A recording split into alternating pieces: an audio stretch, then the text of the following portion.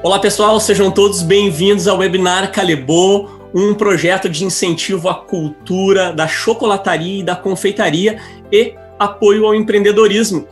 No nosso painel de hoje a gente fala sobre empreendedorismo familiar, todos os seus desafios. E o nosso convidado de hoje é um dos sócios da Ofner, um dos templos da gastronomia paulistana. Ele é engenheiro de alimentos formado, chefe pela Le Cordon Bleu de Paris. Alexandre Martins, seja muito bem-vindo. Olá pessoal, tudo bem? Meu nome é Alexandre, eu sou aqui da Ofner, uma empresa tradicional paulistana, familiar. É um prazer estar aqui com vocês, junto com a Calebo, nesse webinar. Acho que é sempre importante a gente tentar passar um conteúdo bacana e a gente falar um pouco sobre esse empreendedorismo e tudo que a gente passa nesse país, que é um mar de aventura, e que a gente consiga crescer junto. Espero poder ajudar vocês nessa jornada.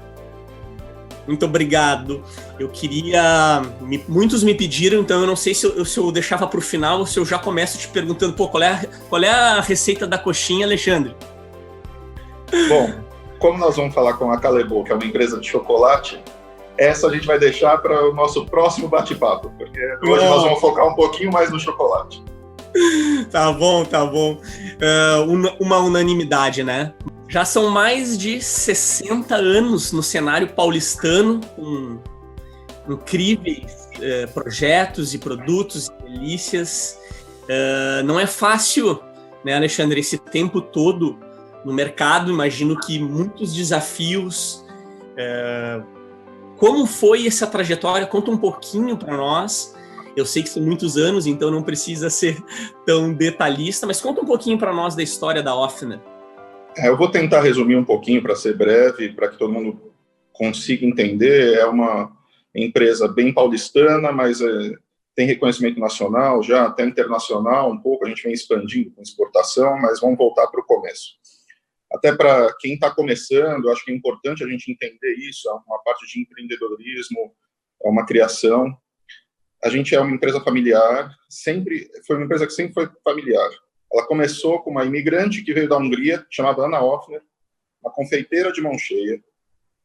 E ela começou a fazer, faz doce bem, faz bem aquilo do leste europeu ali, da Hungria, da Alemanha, da Áustria. Então, nesse tipo de confeitaria, com petit four, com Apfelstrudel, com mil folhas, com esse tipo de confeitaria, foi como nasceu o negócio. Então, ela fazia para alta sociedade, era bem focado nisso, e aí com uma fábrica que era na Barata Ribeiro, ali do lado do Hospital Sírio-Libanês, foi onde ela começou, uma fabriquinha pequena, assim como todo mundo começa, ninguém começa grande.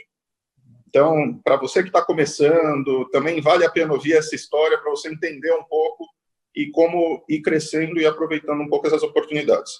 Bom, quando ela tinha 3 lojas, e essa fabriquinha, meu pai, que já trabalhava no ramo de padarias, também um imigrante português, junto com o irmão e mais um sócio, vislumbraram uma oportunidade de crescer no ramo da confeitaria. Então, fizeram uma oferta para ela e compraram.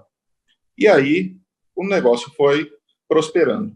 Em 1986, foi construída essa fábrica que eu estou aqui hoje, eu estou aqui no escritório, na parte de cima, que começou com 5 mil metros quadrados, hoje tem 7.500, aumentando um pouco essa produção.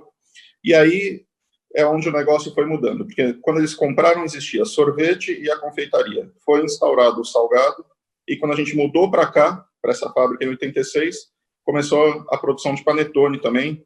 Tudo isso vendo oportunidades do mercado para se crescer.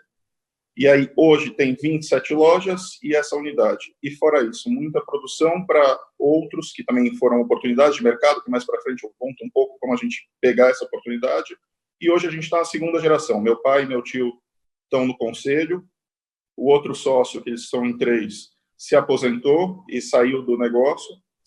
E a gente, que é a segunda geração, está tocando aqui na parte da sociedade como diretoria executiva. Boa.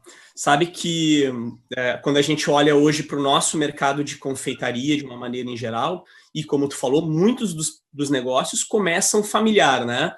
Às vezes é daqui a pouco vem o casal, daqui a pouco vem os filhos ajudar. Eu acredito, e já tive essa experiência por isso, que muitas vezes tem alguns desafios para a gente vencer esse crescimento em família. O que tu destacaria hoje assim como sendo, vai lá, um ponto positivo e um ponto negativo dessa gestão familiar, e como trabalhar esse ponto negativo, se é que tem, né? Tudo na vida sempre tem o lado positivo e o lado negativo. Então, sempre a gente tem que olhar para isso e ver o que faz sentido.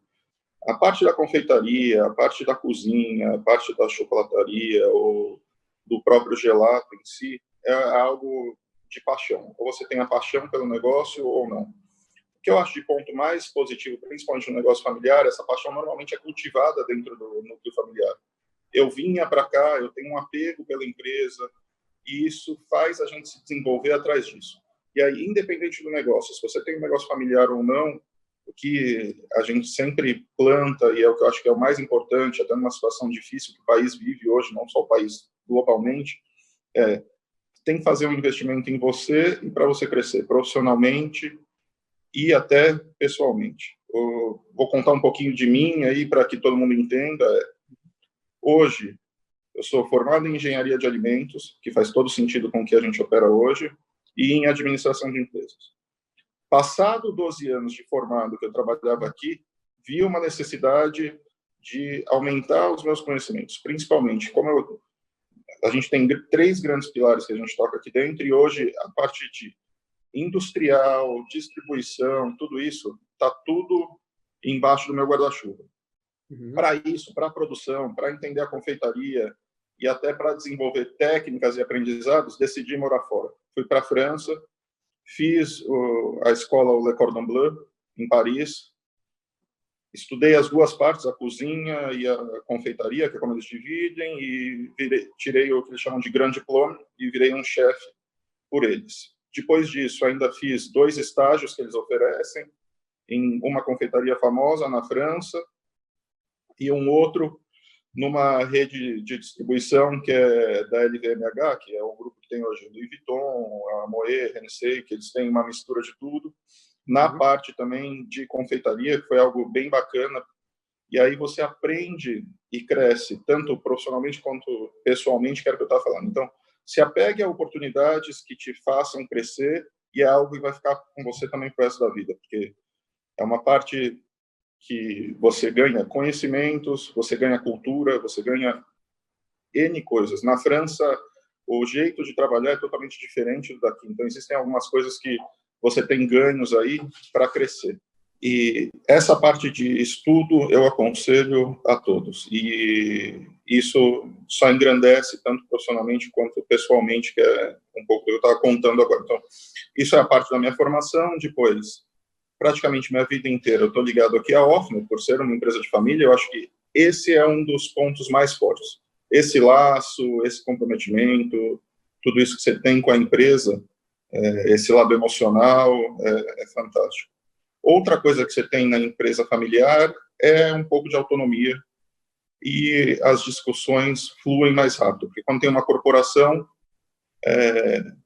sempre tem um pouco de burocracia, alguns interesses. Aqui o interesse é da família e tudo igual, é diferente de uma carreira profissional.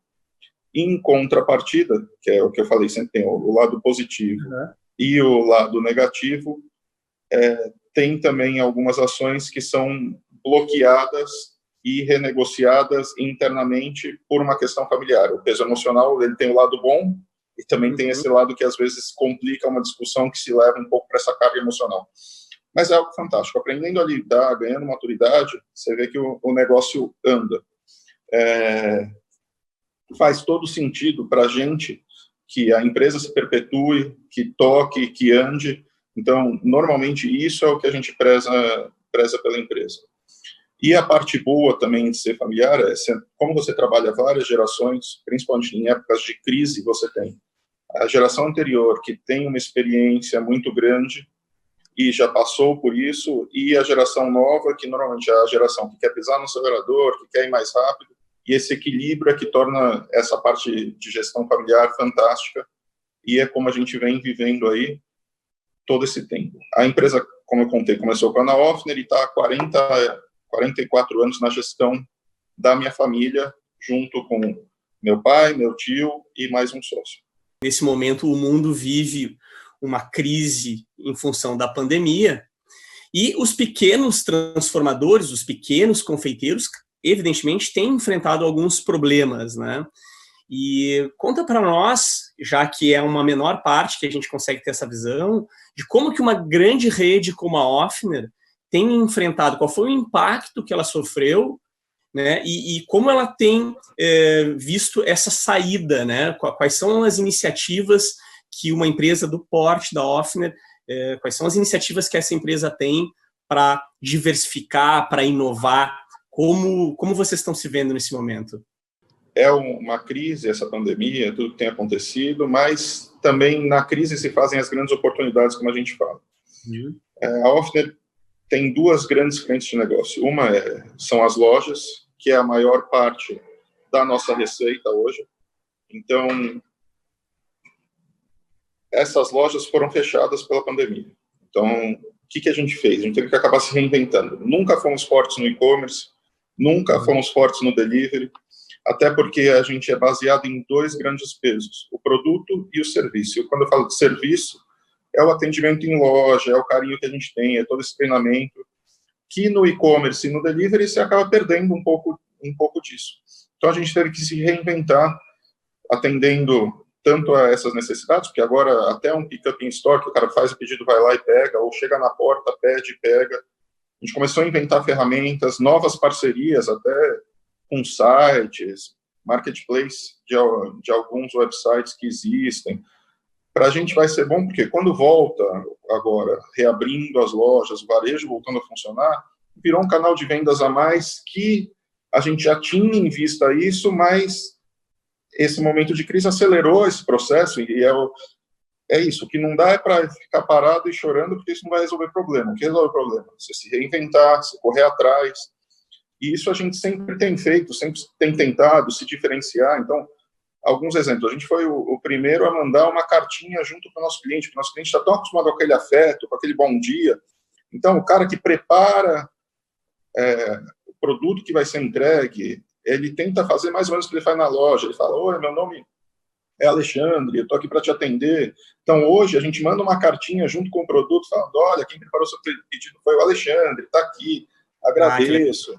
Então, a gente tenta repassar um pouco desse carinho que a gente tem, desse treinamento, de tudo que a gente faz o cliente se sentir bem na loja, dessa experiência, para o que está chegando em casa. Então, isso faz parte de se reinventar, porque era muito simples. Coloca num saco, entrega no motoboy e ele vai entregar na sua casa.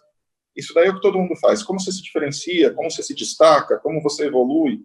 E para isso a gente tem algumas coisas internas nossas. A gente é muito vertical, tá? A gente produz, manda para a loja é uma rede própria, a gente entrega para o cliente e faz o pós-venda, a gente faz tudo isso. Então, foi como a gente conseguiu. E a segunda frente que a gente atua é, algumas coisas a gente produz para alguns terceiros. Isso também tentamos viabilizar esses terceiros e ver o que eles conseguem. Quem está no wholesale é fantástico. O que a gente chama de wholesale é o supermercado, para quem não conhece, porque com a pandemia cresceu a venda, porque está todo mundo em casa, então, e esse pessoal aumentou a venda. Então, a gente também tentou acompanhar e desviar um pouco dos nossos esforços para isso, para tentar produzir um pouco mais, para atender a necessidade desse pessoal. E a grande sacada aí é uma contenção de custos, porque já que não vem a primeira linha, que é a receita da empresa, como é que você segura para embaixo sobrar algum, ou pelo menos sem empatar nesse meio do caminho aí? Então, conversa com fornecedores, renegociações, isso faz parte para todo mundo. Acho que é importante todo mundo ouvir isso, entender, porque é como sobrevive. Nessa hora que o pessoal fala a famosa parceria, que é lindo, mas no dia a dia poucas pessoas fazem isso relativamente com os seus fornecedores ou com os seus próprios clientes, a gente renegociou tudo. Quem a gente fornece, que também tem varejo e está aberto, a gente também deu prazo, porque a gente daí está como fornecedor. E como cliente, a gente também falou com os nossos fornecedores, falaram: olha, dá para mudar esse prazo de pagamento? Como é que é isso? O que dá para fazer? Tentamos renegociar com quem era possível e acabamos achando soluções. Eu acho que vai ser um momento de todo mundo vir para a mesa, tentar superar essa fase, porque o mercado vai voltar, isso é fato. É questão de tempo e a gente entender agora como vai ser isso, tá? O que deve também acontecer, que é importante a gente estar antenado, é alguns hábitos de consumo mudarão e aparecerão mais oportunidades. Então, o que eu também recomendo para quem E aí, desde o pequeno, do grande, é entender o que seu cliente precisa e ter foco no cliente. Cada vez mais, o que é importante é você atender o seu cliente, porque cada vez ele está mais exigente, ele tem mais opção, e para ele fazer uma troca, se o seu concorrente oferecer ou uma experiência melhor ou um produto melhor, hoje ele te troca. É diferente daquela fidelidade que existia antigamente. Antigamente, se você tivesse um bom produto e um cliente fiel, você sobrevivia no mercado. Hoje, não. Hoje, você precisa dessa experiência. Você tem um dos exemplos do que a gente fez com a embalagem, com como a gente entrega, com essa troca. E também produtos que supram a necessidade dele. A gente aumentou, a gente tem, para quem quer ter em casa um salgadinho pequenininho congelado, falando da coxinha, que atende esse pessoal. A gente fez um tabletinho menor de chocolate, para a gente falar um pouco de chocolate também, para atender aquele cara que não quer ter uma caixa de bombom grande, mas ele quer ter aquele momento de prazer dele, ainda mais agora, porque a indulgência vai aumentar, você está em casa, você às vezes está naquele momento triste, o que te salva? Um chocolatinho, eu acho que põe um pouquinho de endorfina, ajuda todo mundo a dar aquele up, e você ter um pouquinho de momento de prazer. Então, isso daí faz todo sentido. Então, estudos de mercado, ver o que cabe, o que não cabe, para onde a gente consegue levar, até tentar promocionar, porque também outra coisa é entender como vai funcionar o bolso desse seu cliente, ele pode ir para cá ou para lá, então tentar ajudar ele também nesse momento, uma promoção, alguma coisa que faça sentido, que também te deixe margem, porque é uma empresa, como todas, mas que também se ajude, você tem que entender quais são os momentos e como funciona tudo. E para a gente que trabalha com chocolate, assim como todo mundo está vendo a gente, a pandemia foi uma catástrofe, porque aconteceu no meio da Páscoa, né? Exatamente. Dia 18 de março. Dia 18 de março fechamos o comércio, dia 12 de abril era Páscoa. E aí também a gente teve que se reinventar, formas de vender, como fazer, como entregar. O cara não podia sair de casa, dá um jeito do produto chegar nele, tanto para empresas quanto para clientes. A gente se reinventou e, graças a Deus, conseguimos andar com esse probleminha. Eu vejo no teu discurso a palavra sempre inovação, né? Então, inovar em todos os aspectos como empresa, em todas as suas áreas. Claro, a Ofner é uma empresa que tem muitos braços, né? Tem muitas frentes na panificação, na chocolataria, na confeitaria, mas precisou inovar em todos eles, né? Tu falou muito bem dessa questão de que a pandemia chegou num momento pré-Páscoa, e isso influenciou muito no número, no resultado de vendas de todo o nosso mercado, mas a gente tem agora um segundo semestre pela frente e tem um Natal à vista, né? Mais uma vez, batendo na tecla inovação, eu pesquisando um pouquinho a história de vocês e as inovações de vocês, eu cheguei no Trucktone, né? E achei muito legal. Queria que tu contasse um pouquinho desta inovação, que é uma inovação, que foi um passo super importante no negócio, e se para este ano o projeto continua? Fala um pouquinho do Trucktone para o pessoal. Eu acho que a gente tem duas grandes frentes aí, eu vou contar um pouco, e isso daí é levar a experiência para o cliente, levar a oportunidade. Como nasceu isso? A gente fala, todas as pessoas têm um dia a dia muito corrido, todo mundo trabalha, como é que nós vamos fazer para o cara que não consegue sair da empresa, quando ele vai para casa, ele mais quer ficar em casa, botar o pé para cima, ou curtir os filhos, ou curtir o namorado, a namorada, e não quer mais sair, mas o cara também não gosta daquela compra pela internet, é o cara também que gosta de comprar, pegar, ver o produto, a gente fala, vamos levar esse negócio até ele. Como é que nós vamos fazer? Vamos entrar em contato com os RHs das empresas.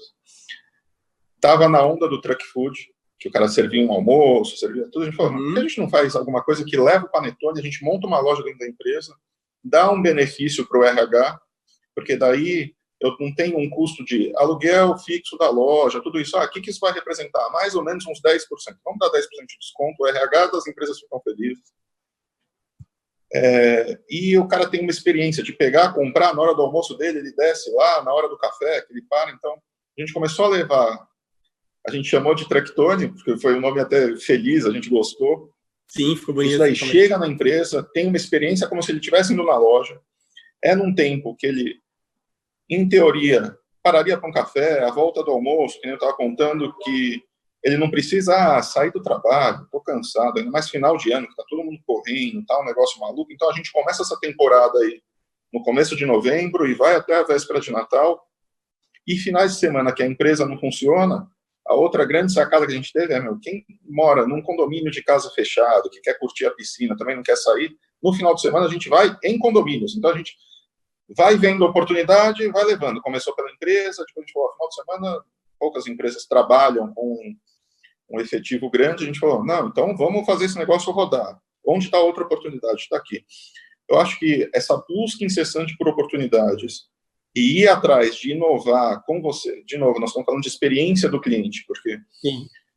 as pessoas até que têm um pouco mais de idade têm mais dificuldade de comprar pela internet por isso, por não ver o produto, por às vezes não conhecer. No Tractone a gente faz até degustação de panetone. A gente foi evoluindo, primeiro ia só os panetones, aí o cara fala, mas é bom esse panetone? Então a gente falou, não, nós vamos ter que mandar alguma coisinha que o pessoal degusta.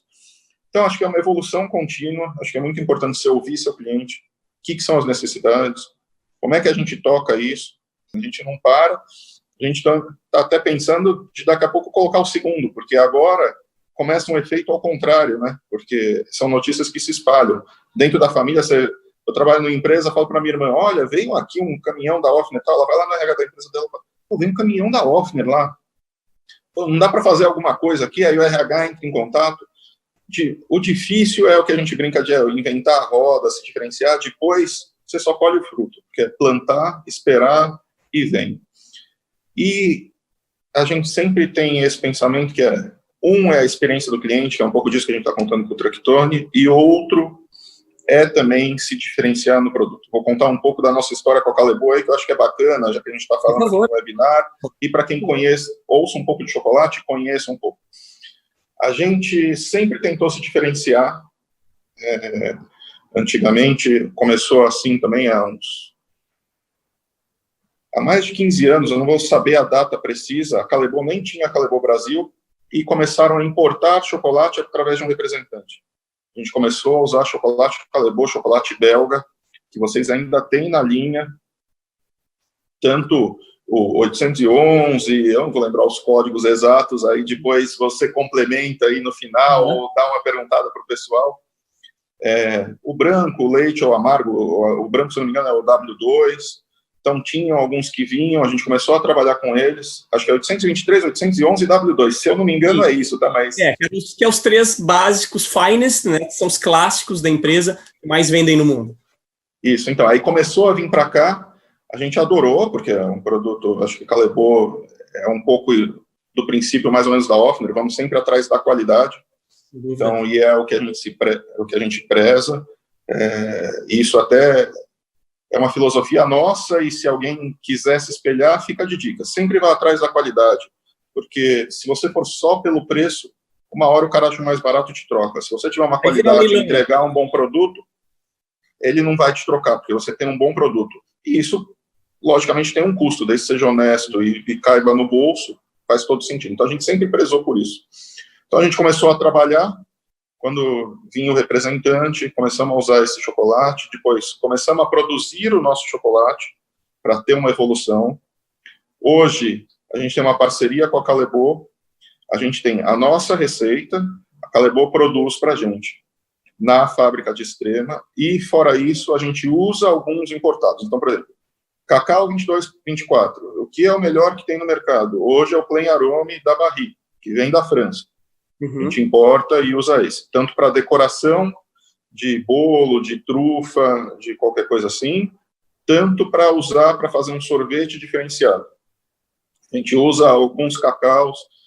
Quem tem o melhor split para cobrir o brigadeiro? Porque há muito tempo atrás não chegava esse que era puro chocolate, era uma mistura. Então, hoje, o que é o melhor split? É o que também vem da Caleboa, que até mudou o formato. Eles têm o vermicélio, que é o compridinho, mas que faz alusão àquele antigo, que não era verdadeiramente chocolate. Então, quem faz um bom brigadeiro se entende que usa o que é o split, o quadradinho. Então, sempre atrás disso, sempre trazer para o cliente a percepção de qualidade, a entrega, faz todo sentido. Acho que todo mundo que está assistindo aí vai entender isso quando a gente fala da Callebaut. A Callebaut tem o mesmo princípio da Offner, por isso que eu acho que existe uma coesão e faz todo sentido essa participação, de vocês entenderem o que a gente corre atrás. Então, e qualquer empresa que queira se sustentar, tem que ter essas duas coisas, um bom produto, lógico que um preço que caiba no mercado, você precisa fazer uma pesquisa, ir atrás, entender o que faz sentido também para o seu cliente, ver se isso fechar a conta da empresa, produzir e entregar, e de uma forma que ele se sinta feliz, que tenha um bom serviço, que ele tenha uma boa experiência. E a experiência está dentro do atendimento, dentro da sua instalação, o seu pós-venda, e como é que você leva tudo isso. Então, é isso que faz todo sentido. E sempre está desenvolvendo alguma coisa, tanto na parte de produto, que é isso, a gente evoluiu no chocolate, a gente era conhecido como confeitaria, hoje o chocolate já tem uma participação interessante. A gente introduziu o salgado, que também para a gente também tem uma participação interessante. E o engraçado da Offner, que no começo chamava Doceira Offner, depois mudou o seu nome só para Offner exatamente por isso. Era uma confeitaria, hoje quando você conversa por aí, e é fantástico ouvir isso, até é uma das coisas que motiva a gente a estar aqui todo dia. Nossa, sua coxinha é a melhor do mundo. Sim, nossa, sim. Seu brigadeiro é espetacular. E cada pessoa vai falando isso. Nossa, seu chocolate é muito bom. Então, eu ia te perguntar como que eles gostariam de serem denominados como confeitaria, mas eles fazem salgados, mas eles fazem chocolate, eles têm produtos para levar, se tornou algo muito maior do que uma mera descrição, né? A gente manteve o nome da Offner e chamava Doceira Offner. Depois tiramos Doceira, porque as outras categorias começaram a crescer. Contando um pouco da empresa aqui, hoje a gente tem, na verdade, 5 indústrias dentro de uma, porque a gente faz chocolate, a gente faz sorvete, a gente faz salgado, a gente faz confeitaria e a gente faz panificação. Super vertical, tudo que tem na loja a gente produz internamente, manda daqui para as lojas. E há uns 8 anos atrás surgiu esse negócio. Ah, mas o que é a Offner? Porque era uma doceira, mas hoje você fala, quando você pega os itens, o que mais vende é coxinha de catupiry, eclair de chocolate, torta de morango, tem um pouco de sorvete, tem um pouco de chocolate. É um mix tão grande, a gente tem mais de 200 produtos finais na loja. O que faz? Vamos fazer uma pesquisa. O que é a Offner? E aí acontecia isso. Um falava, é o chocolate. Um falava, é o café. Um falava, é o salgado. A gente falou, tá, vamos entender, vamos voltar para dentro. Com todo esse desenvolvimento, que foi a equipe de marketing que andou tal, a gente descobriu que, na verdade, a gente pelo nosso cliente, pela descrição, um lugar que a gente vai ter produtos de qualidades e existe o nosso bem-estar, um lugar gostoso para a gente ir. E a gente até descobriu que a gente tem 3 diferentes tipos de cliente, que a gente até denominou eles, que é muito engraçado. Um cara que ele quer fazer um break ou fazer uma reunião rápida, qualquer coisa, então, até para atendimento, isso daí é outra dica que a gente fala, é como entender seu cliente, como fazer ele, porque não adianta, aquelas descrições antigamente, meu público é homem ou mulher, classe AB, 30 a mais, não adianta, porque hoje o 30 a mais é uma mistura de tanta gente, que tem, no 30 a mais você vai ter um executivo, você vai ter um atleta, e cada um tem uma expectativa, uma experiência, então, entender isso cada vez está mais complexo, ainda mais com as gerações mais jovens que vêm vindo, que a experiência dele é diferente. Então, a gente descobriu que a gente tem 3 grandes tipos de cliente, um que entra lá para comprar um presentinho, um que entra lá para dar um break, ou fazer uma reunião rápida, e um que é o cara que seria o gourmet, que ele quer ter uma experiência, sentar, comer um produto de qualidade, e cada um tem um atendimento diferente. A gente começou a treinar a brigada para entender. Esse cara que está só na pausa rápida, ele quer ser atendido rápido, entrega rápida, tal. O outro, que é o gourmet, ele quer sentar, ele quer ser atendido, se bobear, ouvir a descrição de alguns produtos, dar a opção para ele. Então, treinar essa brigada, que eles entendam, e como reconhecer esse cliente e tal, é o que acaba tornando um diferencial nosso. Porque hoje... É um reconhecimento imediato, né? Oi? Essa capacidade, desculpa te cortar, mas o que é mais impressionante é que dentro dessa segmentação de cliente que vocês estudaram e desenvolveram, o teu atendente tem que ser tão bem treinado, porque essa identificação ela precisa ser instantânea. Quando ele está entrando na porta, o atendente já tem que sacar qual que é dele, né? Isso é um super segredo. Tem que entender, mas isso, imagina quem está ouvindo a gente que é às vezes, vamos pensar numa pessoa pequena, num cara que é um empreendedor pequeno, que tem uma loja, que ele mesmo está lá. ele já conhece. Porque ele de ver a pessoa entrar, já sabe. O senhor está procurando um presente, ele vai atender de um jeito. Ah, quer entrar, comer um chocolate, quer sentar? Tem, às vezes, uma pessoa de mais idade que precisa de uma atenção, de um carinho, de uma explicação. Subconscientemente, as pessoas já fazem isso. O que a gente fez foi transformar isso mais processualmente e para a gente, de novo, eu bato um pouco nessa tecla, às vezes até um pouco repetitiva, como você gera uma experiência e atende a expectativa do seu cliente. Essa é a parte mais importante sempre. Criar isso e processuar, acho que é a parte mais difícil. Então, isso requer um investimento. Mas quem é menor e está na operação no dia a dia, já sabe. E outra coisa também, normalmente, a gente tem aquele cliente que também é fiel. Tem gente que vai na loja todo santo dia. Porque gosta, porque é habituado. E aí, de entrar, a própria pessoa que já está acostumada a atender ele, já olha, já chama pelo nome. Esse carinho é alguma coisa que também é fantástica. Então, e em algumas redes de fast food, você tem um negócio ali travado. Acho que isso também é, quando a gente falou um pouco atrás sobre o que é o ponto forte, o que é o ponto fraco, na familiar você consegue andar, trocar tudo isso. Se você pegar uma rede de fast food, o senhor aceita essa promoção, é meio mecanizado o negócio, você não foge muito. No nosso tipo de negócio, o cliente espera outra coisa. Então, acho que isso também é um dos pontos fortes. Ponto fraco, que eu falei que sempre é uma balança também, você tem que medir isso e tentar tomar cuidado, porque essa certa liberdade, essa certa conversa também tem que ter um limite com quem está do outro lado. Então, que as pessoas entendam e não confundam esse pedaço de liberdade com o passar ali do ponto com a intimidade. Intimidade. Não é íntimo do seu cliente, Exato. Você tem alguma liberdade para falar uma outra coisa.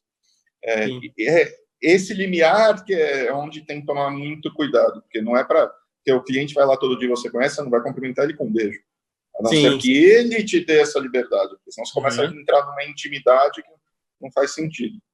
Então, existem alguns padrões, existem algumas coisas que você tem que impor, limitar, e vai ter também um ou outro cliente que precisa de um carinho, que ele vai vir te dar o abraço, e aí você já sabe que ele está te permitindo passar desse ponto. Então, são coisas fantásticas que acontecem no dia a dia, e acho que isso que torna a gente apaixonado por continuar esses negócios.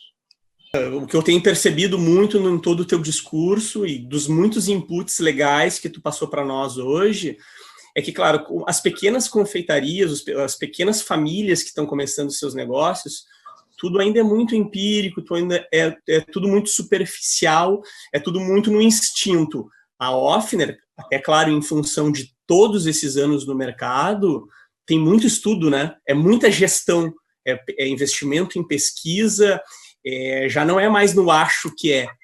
Tudo muito preciso. Vocês investem muito em pesquisa, em consultoria, que eu vejo tudo muito profissional. A gente acredita muito nisso. É lógico que você vai ganhando tamanho, você vai ganhando corpo, departamentos vão crescendo.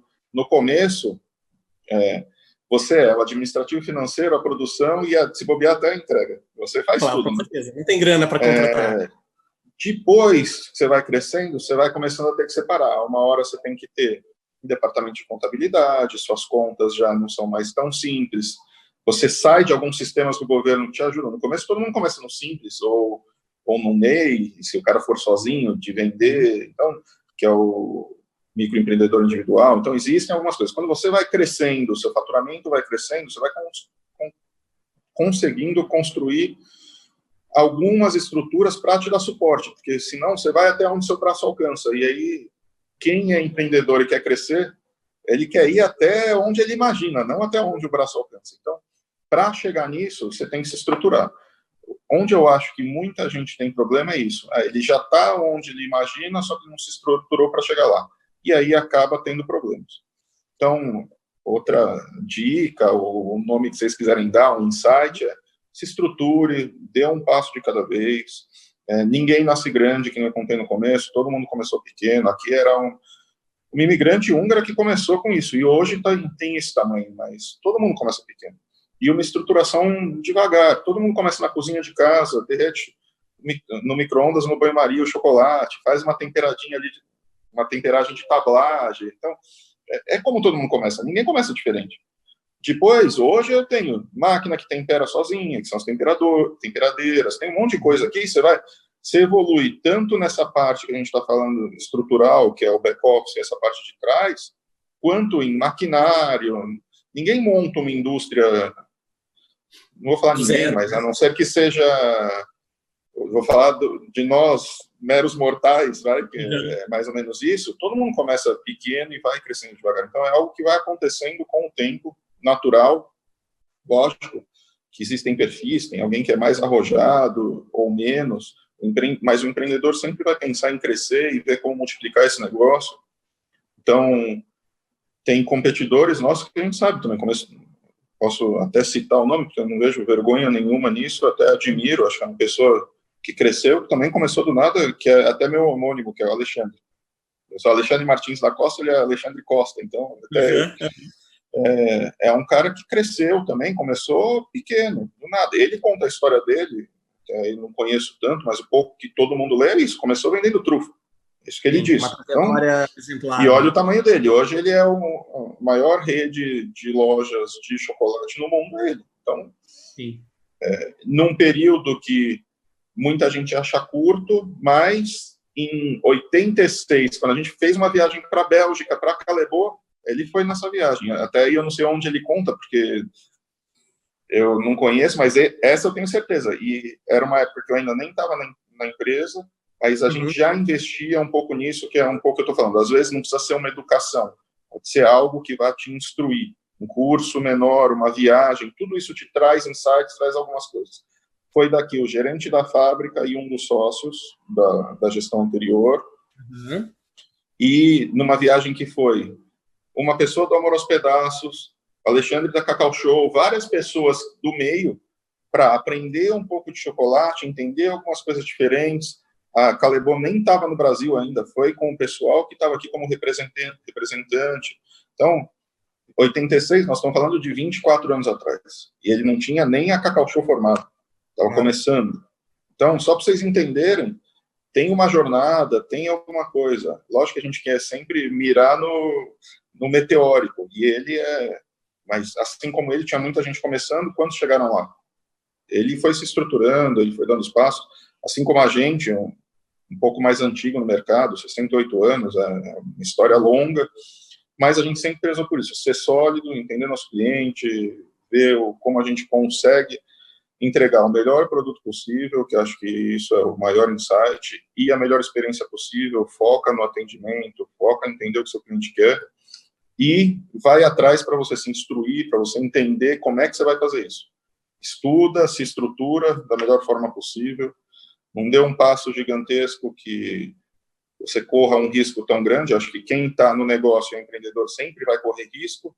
Isso é outra coisa, um risco calculado. E esse também, eu acho que é um dos pontos fracos da gestão familiar, porque é entender o risco, até onde eu vou, como eu faço, porque numa empresa, numa multinacional, em uma empresa grande, assim, que é diferente da familiar, ali você tem alguém que faz isso por você, você tem uma estrutura diferente. Na familiar, esse risco tem um pouco de ligação também com o emocional, e com muito perfil de poucos. O outro é um estudo gigantesco que está por trás. Então, acho que entender esse balanço e acertar é uma sacada também. E é um dos pontos a sempre se estudar e um grande risco para quem está na gestão familiar. Queria finalizar, na verdade, escutando um pouquinho de ti com algo que tu falou lá no início. Tu falou que estava já exportando, ou num processo de início de exportação de panetones para fora. Há um tempo atrás eu já tinha lido algo a respeito da internacionalização da marca.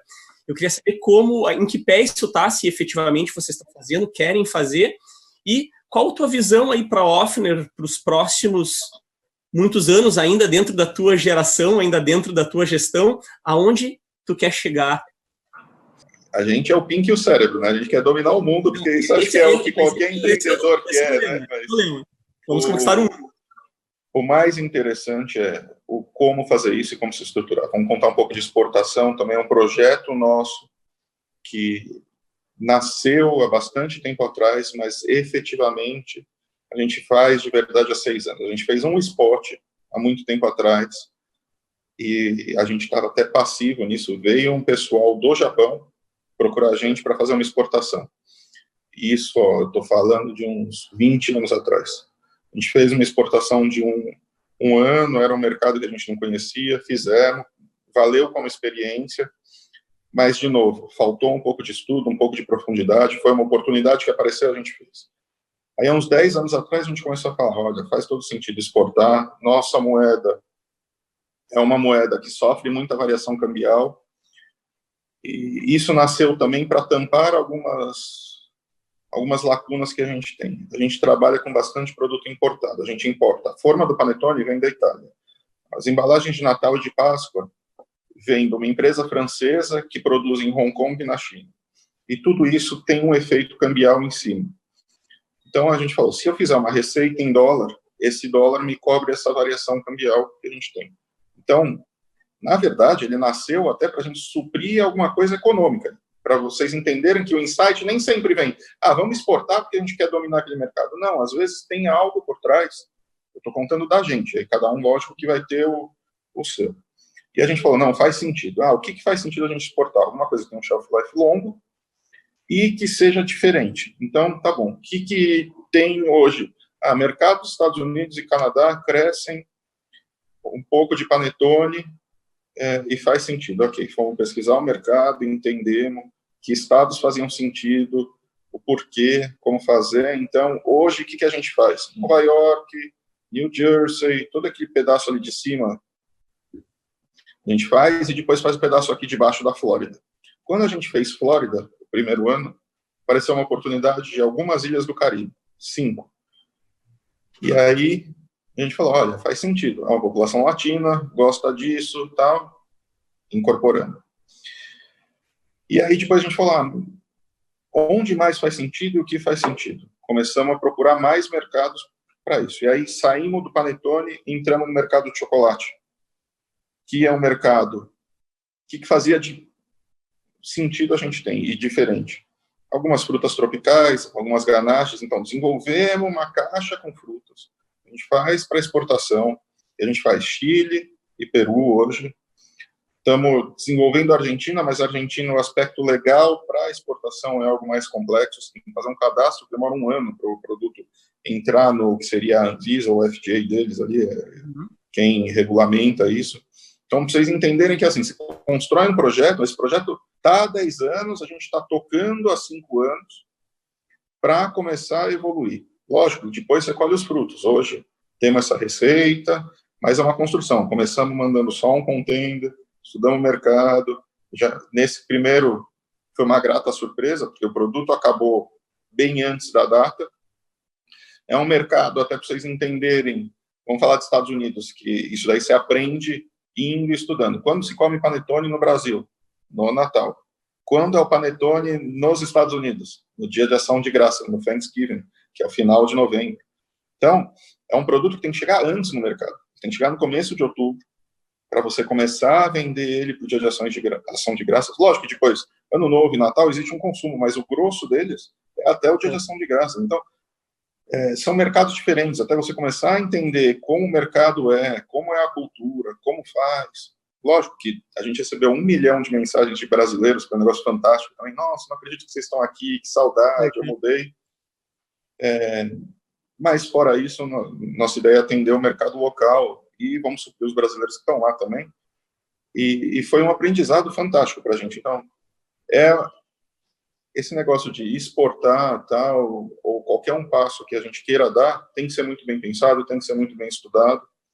Porque imagina que a gente fala, não, vamos mandar o produto o mais fresco possível para chegar lá no começo de dezembro. Não tiro na água. Então, sem estudo, sem aprender, sem pesquisar, não faz muito sentido você dar qualquer passo. Então, é um pouco daquilo que eu estava falando antes. O empreendedor quer fazer, mas ele tem que se balizar. E aí, para concluir, aí, pensando um pouco na Offner, é uma empresa que a gente vê crescimento, a gente faz alguns planejamentos, tá? É uma empresa bem sólida, então eu enxergo ela continuando atendendo todo esse pessoal, e não só paulistanos. A gente está se preparando para começar a sair um pouco desse núcleo, nem que seja com alguns produtos que hoje a gente tem aqui, e se não se viabilizarem por shelf life ou por produção, que a gente não mande, mas outros estados a gente já está começando a atender e dando alguns passos. Mas, assim como os Estados Unidos é outro país, por incrível que pareça, os outros estados do Brasil são outros países, porque cada lugar, se você for para o sul, existe uma cultura e um jeito de se viver lá, e algumas coisas que fazem sentido ou não. Se você for para o norte é outro, o nordeste é outro, o centro-oeste é outro. Cada região que a gente falar vai ter, e nem precisa de região. São Paulo e Rio já são 2 costumes diferentes. Exatamente. O produto que mais vende de salgado do Rio não é a coxinha, é a empadinha. Só para vocês terem ideia, a gente já começou a pesquisar alguma coisa de Rio de Janeiro, então tem algumas coisas fantásticas que você vai descobrindo conforme o tempo. E antes de engrenar em qualquer coisa, você tem que estudar e entender, porque o sucesso é lindo, mas o insucesso é um negócio que fica dentro da gente por longo tempo. Lógico que ninguém acerta tudo, e o mais importante é, quando não tiver sucesso, que você aprenda com ele. A grande coisa que você tira do fracasso são as lições. E para chegar lá, a gente também já lançou produto que não vinga, é que a gente só olha o lado bonito, mas nem tudo são flores. Então, existem, é bom que todo mundo ouça e entenda isso, e não desista, porque ninguém começa. Você vai dar uns tropeços. O importante é, primeiro, acerta mais do que erra, senão você tem um problema sério. Segundo, com o que você errar, aprenda. Porque aprendendo, você já, para qualquer outro produto, para qualquer outro lançamento, para qualquer outro serviço que seja prestado, pelo menos aquele erro você já não tem mais. Se a gente conseguir tirar lições desses tropeços, pronto. Com certeza você vai ter sucesso. É mais ou menos Thomas Edison não foram 1000 fracassos, foram 1000 jeitos que eu aprendi de não fazer. Então, ele já não errava mais daquele jeito quando ele descobriu a lâmpada. Então, é mais ou menos isso, tá? Faço dessas tuas palavras o fechamento.